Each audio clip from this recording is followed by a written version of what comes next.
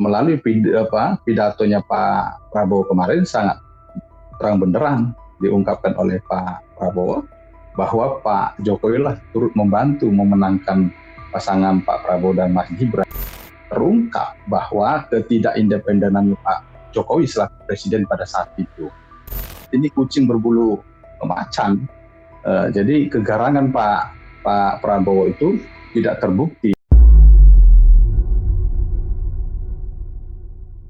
Program Tribun News on Fokus, Tribuners kembali membersamai Anda hari ini bersama dengan saya, Nila Irda. Tribuners, dua tokoh besar, Presiden Prabowo Subianto dan Presiden ke-7 Joko Widodo saling lempar pujian di muka publik. Momen ini terekam satu di antaranya kala keduanya hadir bersamaan dalam acara hari ulang tahun ke-17 Partai Gerindra. Presiden Prabowo memuji Presiden ke-7 Jokowi karena mendukungnya hingga menjadi presiden. Sementara Jokowi menyebut Prabowo Subianto adalah presiden terkuat di dunia karena dukungan rakyat dan juga dari parlemen. Lantas bagaimana kita bisa membaca makna dari puji-pujian Prabowo dan Jokowi ini? Apakah kemudian sedianya makna saling puji ini dan apa yang ingin disampaikan pada publik lewat saling puji dua tokoh besar ini? Saya akan membahasnya. Tribunar sudah tersambung melalui sambungan Zoom bersama dengan saya, Direktur Rumah Politik Indonesia, ada Bang Fernando Emas. Bang Fernando, selamat sore. Terima kasih banyak menyempatkan waktunya untuk berdiskusi. Selamat sore Mbak Nila, salam sehat. Salam sehat, Bang Fernando. Saya mau langsung saja minta pengantar awal dari Bang Fernando. Bagaimana kemudian membaca saling puji antara Prabowo dan juga Jokowi di muka publik ketika memang keduanya ada dalam satu acara yang sama, Bang Fernando? Sebenarnya kalau kita lihat dari saling pujinya Pak Prabowo dan Mas Gibran, Pak Prabowo dan Pak Jokowi, ini mengungkap yang selama ini masyarakat ataupun berbagai pihak hanya sifatnya menduga-duga. Ada beberapa hal yang terungkap, misalnya seperti pujiannya Pak Prabowo terkait dengan Pak Jokowi lah yang membantu kemenangan Pak Prabowo dan Mas Gibran di Pilpres yang lalu. Sementara waktu itu kan publik belum bisa melihat secara nyata, secara gamblang terkait dengan keterlibatan Pak Jokowi untuk memenangkan pasangan Pak Prabowo dan Mas Gibran. Walaupun waktu itu ada upaya-upaya coba membantah, tapi melalui pidatonya Pak Prabowo kemarin sangat terang benderang diungkapkan oleh Pak Prabowo bahwa Pak Jokowi lah turut membantu memenangkan pasangan Pak Prabowo dan Mas Gibran. Sehingga ini terungkap bahwa ketidakindependenan Pak Jokowi selaku presiden pada saat itu. Kita berharap Pak Prabowo tidak akan mengambil langkah-langkah yang sama nanti di Pilpres yang akan datang. Terus kemudian melalui pidato kemarin, kita bisa melihat sesungguhnya Pak Prabowo itu seperti apa. Inilah kenyataannya Pak Prabowo. Kalau selama ini orang menganggap beliau itu seperti macan, kan gitu. Jadi melalui berbagai pidato yang coba mengatakan bahwa Indonesia akan dibawa menjadi macan Asia, tetapi saya sendiri melihat masyarakat akhirnya melihat ya bahwa beliau itu bukan macan, tetapi kalau mohon maaf saya mengambil istilah misalnya kalau ada musang berbulu domba, tapi saya melihat ini kucing berbulu macan. Jadi kegarangan Pak Prabowo itu tidak terbukti dan beliau sangat memuji-muji Pak Jokowi. Ternyata ini sepertinya tidak bisa terbantahkan dan ini akan semakin memperkuat dan membuktikan bahwa Pak Prabowo itu memang ada di bawah bayang-bayangnya Pak Jokowi, dan termasuk adanya sebuah pernyataan dari Pak Prabowo di sela-sela pidatonya yang mengatakan hidup Jokowi, seolah-olah ini mengatakan bahwa ya Pak Jokowi itu hidup di dalam kepemimpinannya, dalam artian ya memang nyata membayang-bayangi pemerintahan beliau. Dan ini kan sudah sangat-sangat saya melihat sangat norak sebenarnya seorang pemimpin kalau sampai membuat di sela-sela pidatonya sebagai ketua umum partai yang juga melekat posisi beliau sebagai presiden, tetapi masih mengagung-agungkan presiden yang sebelumnya. Gitu. Jadi ini semakin membuktikan bahwa Pak Prabowo itu masih lebih mengedepankan balas budi ke Pak Jokowi yang sudah membantu beliau sebagai untuk memenangkan Pilpres yang di 2024 yang lalu, sehingga ya tidak bisa dipungkiri bahwa beliau masih di bawah bayang-bayang pemerintah, di bawah bayang-bayangnya Pak Jokowi. Hmm. Kalau melihat secara sikap seperti apa Bang Fernando ketika seorang presiden begitu ya, meskipun mungkin dalam hari ulang tahun Partai Gerindra ini sosok dari Presiden Prabowo ini juga hadir sebagai ketua umum partai begitu ya. Apakah dengan teriakan hidup Jokowi yang disampaikan oleh seorang presiden ini secara etika ini cukup etis atau Bang Fernando melihatnya seperti apa? Sebenarnya kurang pas ya. Saya melihat terlalu norak ya, sebenarnya saya katakan bahwa di sini sangat terlihat sekali bahwa perasaan utang budi Pak Prabowo terhadap Pak Jokowi begitu kentara. Dan apalagi kalau kita lihat ya di momentum kemarin misalnya hanya Pak Jokowi lah satu-satunya mantan presiden yang pernah menjabat sebagai presiden yang diberikan waktu berpidato oleh Pak Prabowo, karena kan sangat jelas permintaan itu langsung melalui Pak Prabowo terkait dengan pidato Pak Jokowi. Kenapa tidak diberikan kesempatan misalnya kepada Pak SBY yang juga merupakan presiden sebelum-sebelumnya, ada Bu Mega juga walaupun pada saat itu tidak hadir, mungkin kalau dikasih kesempatan berpidato akan hadir. Jadi ada apa kan gitu, jadi tanda tanya, ada apa kok Pak Prabowo begitu memberikan panggung kepada Pak Jokowi yang jelas-jelas harusnya Pak Prabowo harus menciptakan panggung untuk dirinya supaya apa? Supaya masyarakat bisa melihat bahwa ini loh pemimpin kami, bahwa Pak Prabowo itu betul-betul pemimpin yang tidak ada di bawah bayang-bayang siapapun, termasuk di bawah bayang-bayang Pak Jokowi atau kekuatan-kekuatan lainnya. Dan ini kan harusnya dibuktikan di kelompoknya sendiri, baik di hadapan kader-kadernya. Tapi nyatanya beliau ini memberikan panggung yang begitu begitu terbuka, terus kemudian begitu begitu hebatnya kepada Pak Jokowi, dan sampai di dalam pidatonya harus mengeluarkan kata-kata hidup Jokowi. Ini kan nggak pas lah saya menganggapnya sebagai seorang pemimpin di negara ini. Oke, Bang Fernando, ketika melihat bagaimana kebersamaan dari Presiden Prabowo Subianto begitu ya, dan juga Presiden ke-7 Bapak Joko Widodo hadir bersama dalam satu acara di satu momen, juga banyak sekali yang mengasumsikan bahwa hubungan dan Prabowo Subianto dan juga Bapak Joko Widodo ini tidak akan awet begitu. Dengan puja-puji yang kemudian disampaikan ini, apakah juga bisa dibaca ada pesan yang sedianya ingin disampaikan kepada publik terkait hubungan sebenarnya antara Presiden Prabowo dan Bapak Jokowi? Bagaimana Bang Fernando melihatnya? Kalau kita lihat memang puja-puji ini ya sesuatu yang nyata sebenarnya, tidak ada sesuatu yang tersembunyi di baliknya. Jadi memang untuk saat ini antara keduanya memang sangat cukup baik, dan kalau saya melihat Pak Prabowo itu sangat-sangat menghargai Pak Jokowi karena sudah berperan serta membantu kemenangan beliau di Pilpres yang lalu gitu. Jadi kalau misalnya ada sesuatu yang disembunyikan sehingga dipertontonkan hubungan yang harmonis, yang baik, tentu peran serta Pak Jokowi membantu beliau untuk bisa memenangkan kontestasi di Pilpres yang lalu itu tidak akan diungkap.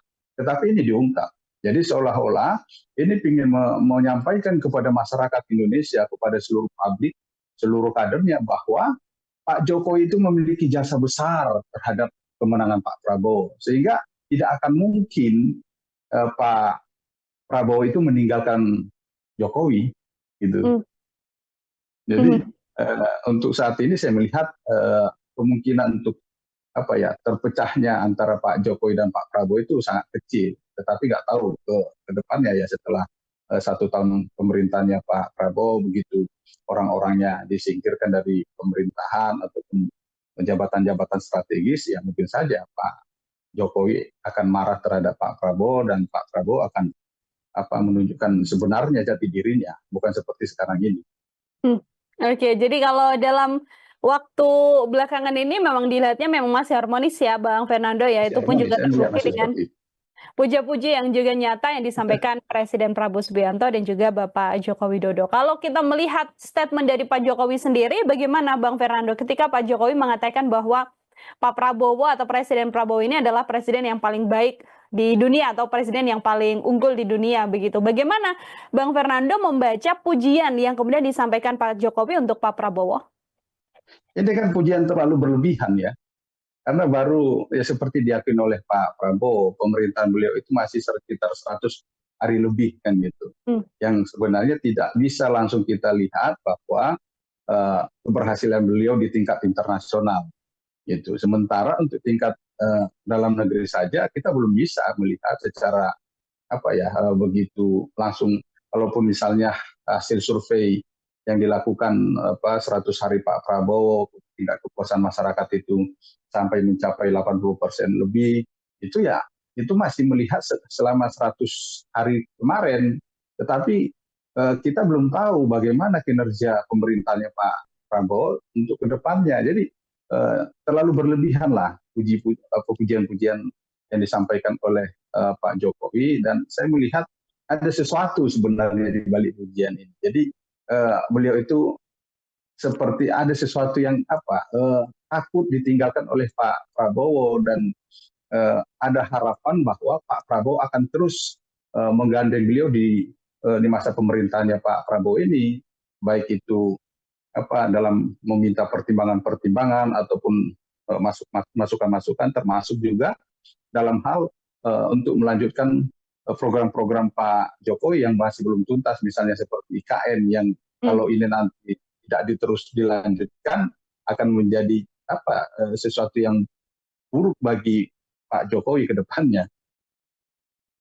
Ada artinya Bang Fernando melihat bagaimana kemudian ada dalam tanda kutip begitu ya, kepentingan juga dari mantan Presiden ke-7 atau Presiden ke-7 Bapak Jokowi bahwa tetap menjaga hubungan baik dengan Pak Prabowo agar program-program strategis mungkin ya yang akan dilanjutkan dalam pemerintahan Prabowo Subianto ini masih tetap akan berjalan dengan sesuai jalurnya dengan kedekatan antara Pak Prabowo dan juga Pak Jokowi. Juga bisa jadi juga lebih dari situ kan gitu. Karena kan misalnya seperti ada upaya-upaya untuk mendorong tangkap Pak Jokowi, itu adilin Pak Jokowi, terus kemudian periksa korupsinya Pak Jokowi, terus kemudian ada beberapa laporan-laporan ke KPK terkait dengan keluarganya Pak Jokowi. Ini kan tentu membuat kekhawatiran tersendiri bagi keluarganya Pak Jokowi ataupun Pak Jokowi sendiri. Jadi sehingga Pak Jokowi ataupun keluarganya memiliki harapan tetap ada hubungan yang baik dengan Pak Prabowo, supaya kalaupun ada upaya-upaya untuk mendorong adanya proses hukum terhadap Pak Jokowi dan keluarganya itu tidak bisa berproses. Oke, ada hal-hal yang mungkin diharapkan begitu ya bisa berjalan baik dengan hubungan antara Pak Prabowo dan juga Pak Jokowi. Selain isu bagaimana kemudian puja-puji yang dilayangkan antara dua tokoh besar ini begitu ya Bang Fernando ya. Saya juga ingin menyinggung bagaimana dalam momen hari ulang tahun Partai Gerindra ini kan juga ternyata sebelumnya sudah Rapimnas dan juga dinyatakan bahwa nantinya Partai Gerindra akan mengusung lagi Pak Prabowo sebagai capres di 2029. Baru kurang lebih 100 hari setelah masa kepemimpinannya begitu ya, dan belum ada 1 tahun, tapi kemudian Partai Gerindra sudah menyatakan akan menjadi capres atau diusung menjadi capres 2029. Melihatnya seperti apa, Bang? Ya terlalu dini lah Partai Gerindra memutuskan Pak Prabowo dan Pak Prabowo sebagai calon presiden untuk di Pilpres 2029 yang akan datang. Jadi sangat mereka itu seperti dapat sesuatu mainan baru, seperti anak kecil baru dapat mainan baru, jadi langsung senang dan ingin nambah lagi gitu. Jadi jangan mengganggu pemerintahan Pak Prabowo yang masih hanya berjalan hitungan bulan, masih jauh lagi masa jabatannya, tapi sudah ada upaya mendorong-dorong Pak Prabowo untuk bisa mengikuti kontestasi di 2009 yang akan datang. Jadi kalaupun ada niatan itu, sebenarnya kan di tahun 2028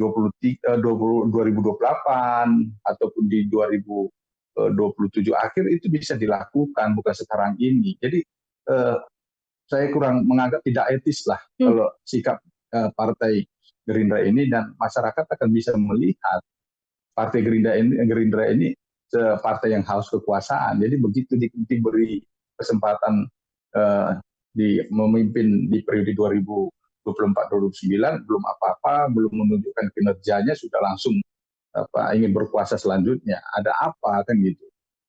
Hmm. Apa yang kemudian bisa dibaca oleh Bang Fernando? Kalau secara pribadi, apakah mungkin ini juga menjadi salah satu sikap yang ingin ditunjukkan oleh seorang Presiden Prabowo, atau ini murni sebenarnya hanya desakan dari partai politiknya saja, Bang? Ya, saya ragu kalau ini hanya sekedar desakan kadernya, karena bagaimanapun juga ketika itu akan diambil di dalam sebuah forum, saya yakin para petinggi partai, apakah itu Sekjen Pak Muzani, Pak Ahmad Hmm. Muzani atau Pak Dasko sebagai ketua harian, melakukan komunikasi dengan Pak Prabowo selaku ketua umum Partai Gerindra untuk mengkonsultasikan terkait dengan rancangan keputusan Kongres luar biasa. Jadi nggak mungkin muncul tiba-tiba tanpa dikonsultasikan kepada Pak Prabowo. Karena bagaimanapun juga kan tentang keputusan untuk mencalonkan Pak Prabowo sebagai capres di 2029 ini kan sangat sensitif. Ya. Karena akan memberikan dampak negatif kepada partai kalau itu penerimaan masyarakat menganggap bahwa partai ini kok terlalu serakah, belum menunjukkan kinerjanya sudah ingin berkuasa untuk periode kedua kan gitu. Jadi saya yakin sekali bahwa keputusan itu sudah dikonsultasikan dulu kepada Pak Prabowo. Jadi saya nggak yakin kalau itu tidak dikonsultasikan kepada Pak Prabowo. Saya yakin sudah dikonsultasikan. Hmm. Oke, cuman menurut Bang Fernando memang waktunya kurang tepat ya, Bang Fernando ya, karena ini terlalu dini, terlalu buru-buru begitu untuk kemudian menyatakan akan maju dalam kontestasi pencapresan lagi di 2029. Di satu sisi, selain soal pencapresan di 2029, Bang Fernando, kan juga sekarang yang menjadi ramai perbincangan adalah bagaimana ada niatan untuk membentuk koalisi ini menjadi koalisi permanen, begitu ya. Bagaimana Bang Fernando melihat kemungkinan adanya koalisi permanen ini? Tentang koalisi permanen, saya berharap konsep ini harus dijelaskan Hmm.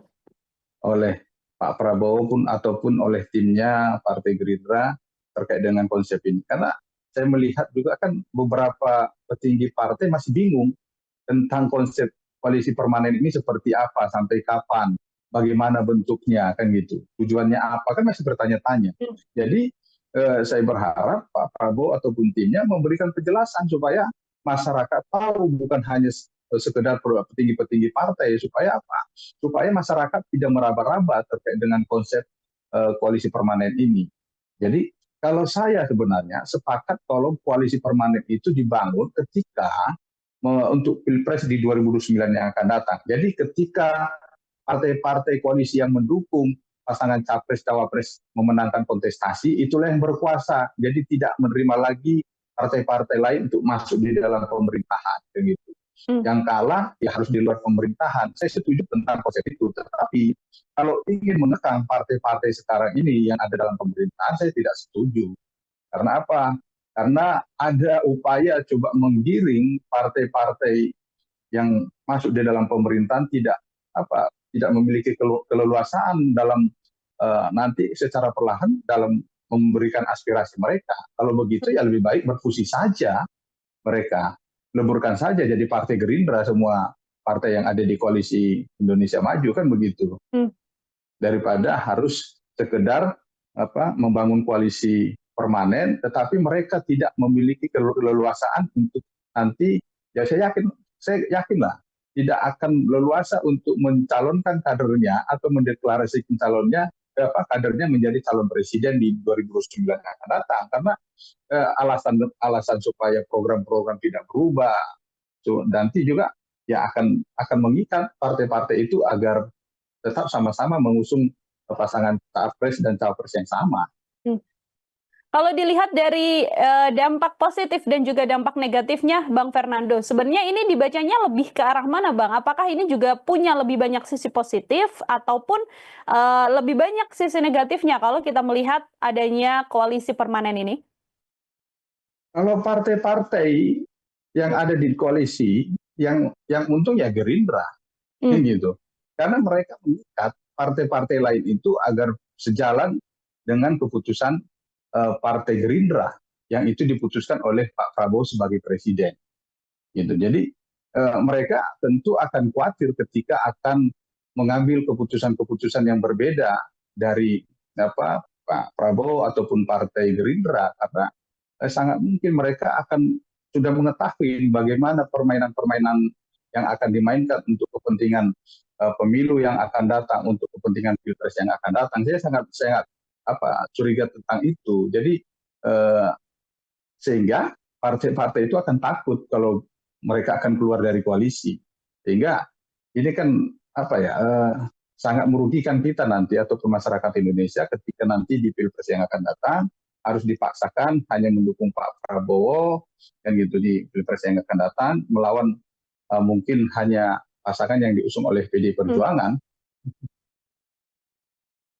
Oke, ada hal semacam itu yang kemudian diwaspadai oleh Bang Fernando sendiri. Apakah kemudian putusan bahwa nantinya partai politik meskipun tidak berkoalisi ini bisa mencalonkan calon presiden, begitu ya, Bang Fernando ya, pada pencapresan 2029 ini juga menjadi salah satu alasan sebenarnya mengapa kemudian dimunculkan adanya koalisi permanen ini? Iya, itu wajar saja ketika ada wacana itu.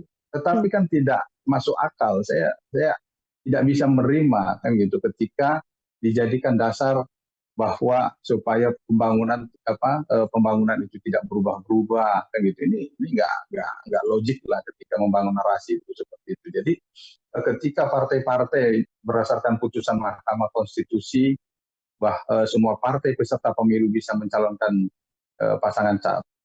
pasangan calon presiden dan wakil presiden, tentu bukan hanya sekedar membangun koalisi sekarang ini, tetapi harus diatur ke depannya supaya partai-partai yang tergabung dalam koalisi itu harus juga ada penyeimbang, kan gitu. Jadi tidak semua, jadi itu harus diatur juga di dalam undang-undang kita supaya ada partai-partai yang di luar pemerintahan. Jadi harus dibatasi maksimal berapa. Terus kemudian untuk seperti yang tadi saya sampaikan, diatur juga koalisi permanen itu ya sifatnya seperti yang tadi saya sampaikan, partai pengusung capres yang memenangkan kontestasi lah yang berada di dalam pemerintahan, yang kalah di luar pemerintahan. Ya saya memaknai sebenarnya seperti itu koalisi permanen yang harus dibentuk.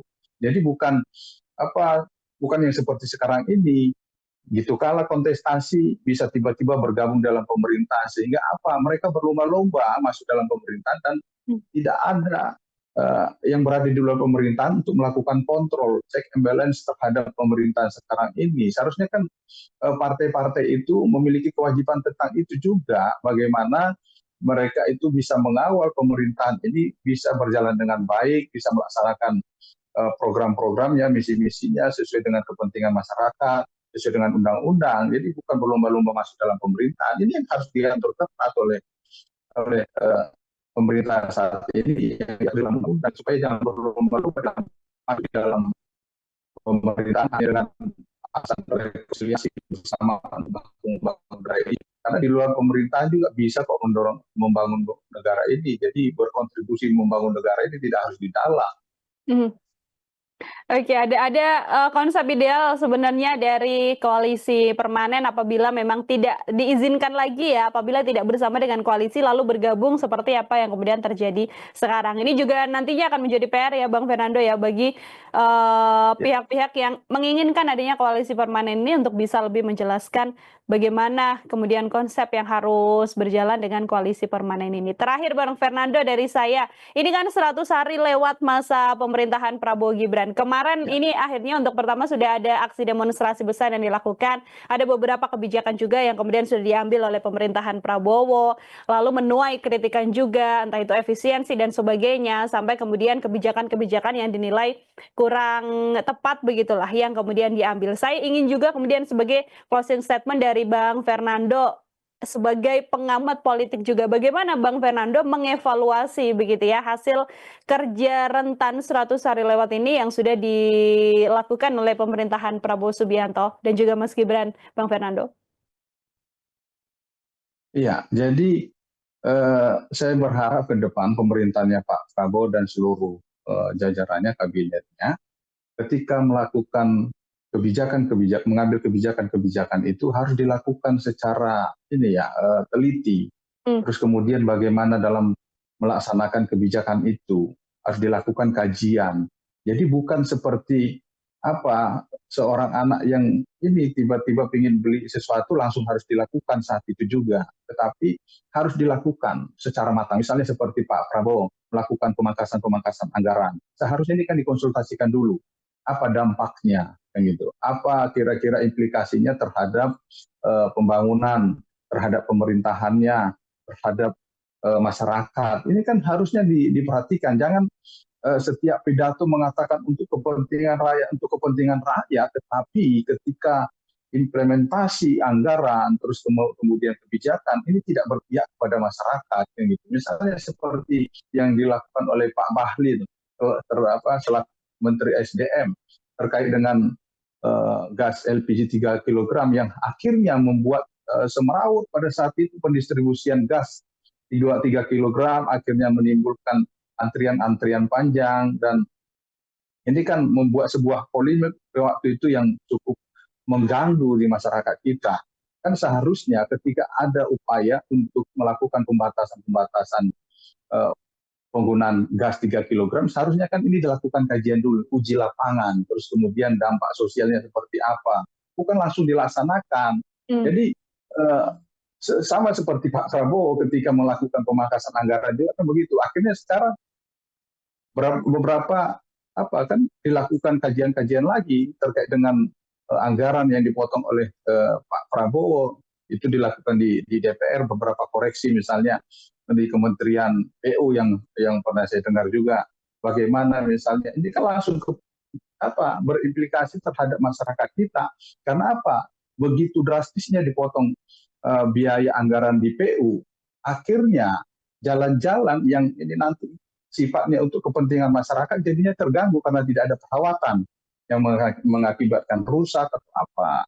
Dan ini kan akhirnya transportasi untuk distribusi ataupun kepentingan untuk hasil dari masyarakat itu terganggu. Jadi saya berharap sekali, walaupun masih baru pemerintahnya Pak Prabowo, seharusnya sudah melakukan secara matang terkait dengan kebijakan-kebijakan yang akan diambil, yang akan dilakukan, supaya tidak gegabah dan akhirnya rugi sendiri kan seperti itu. Karena apa? Membuat kegaduhan seperti yang sekarang ini.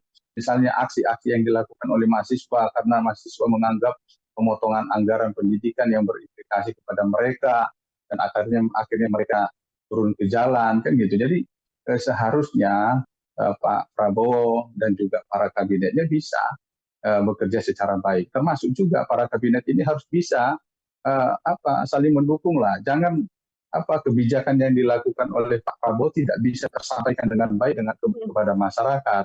Misalnya seperti ini akhirnya kan dikoreksi bahwa anggaran untuk pendidikan itu tidak ada dipotong kan gitu. Jadi salah siapa di sini? Apakah karena memang para pembantunya tidak bisa bekerja, atau Pak Prabowo yang tidak bisa mengambil orang-orang yang memang cukup mampu untuk berjalan dengan beliau supaya bagaimana kerja-kerja yang beliau rencanakan itu bisa berjalan dengan baik.